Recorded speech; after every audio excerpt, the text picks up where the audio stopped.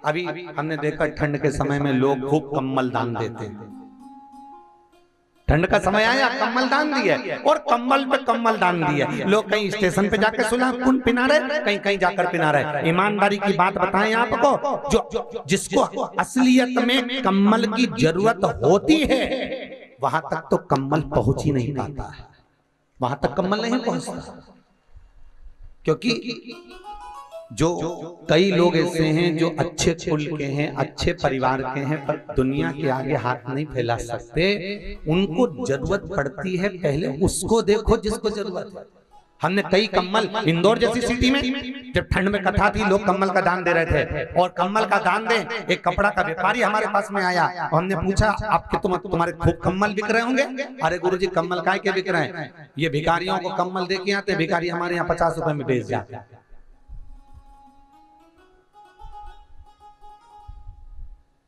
ये वृत्ति नहीं है।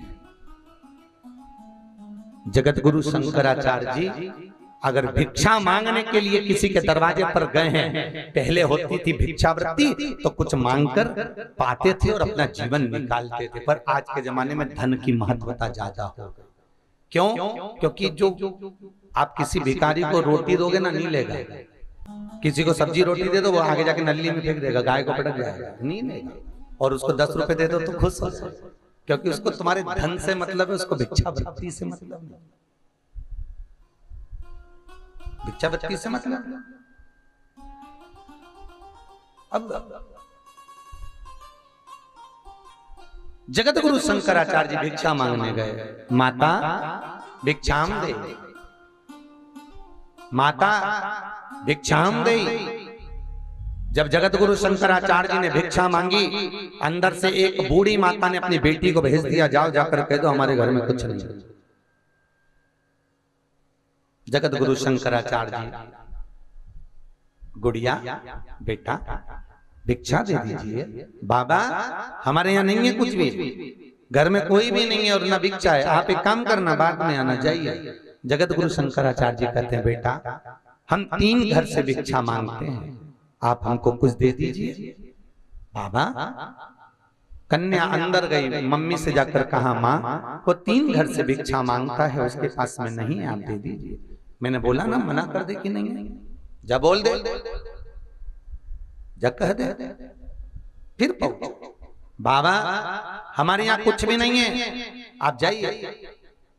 बार बार जगत गुरु शंकराचार्य जी भिक्षा मांग रहे हैं, बार बार वो बच्ची मना करती है, बार बार मना करती है। तब जगत गुरु शंकराचार्य जी ने कहा बेटा एक काम करो, अगर भिक्षा देने में कुछ भी नहीं है तो तुम्हारे आंगन की झाड़ू लगा दो और आंगन की झाड़ू लगा के मुझे थोड़ी सा कचरा उठा कर दे दो। उस लड़की ने आंगन की झाड़ू लगाई, झाड़ू लगा के कचरा शंकराचार्य जी की झोली में डाल दिया। जगत गुरु शंकराचार्य जी उस कचरे को लेकर चले गए। जगत गुरु शंकराचार्य जी जब कचरे को लेकर गए तो साथ में जो शिष्य था वो बोला गुरुदेव उस कन्या ने कचरा डाल दिया, इस कचरे को तो हम खाएंगे नहीं, क्या करोगे? जगत गुरु शंकराचार्य जी बोले उसने कचरा दिया, इसको फेंक दे। कचरे को फेंक दिया। शिष्य ने पूछा गुरुदेव तो आपने कचरा क्यों लिया? जब वो कचरे को फेंकना ही था तो उस कचरे को क्यों लिया?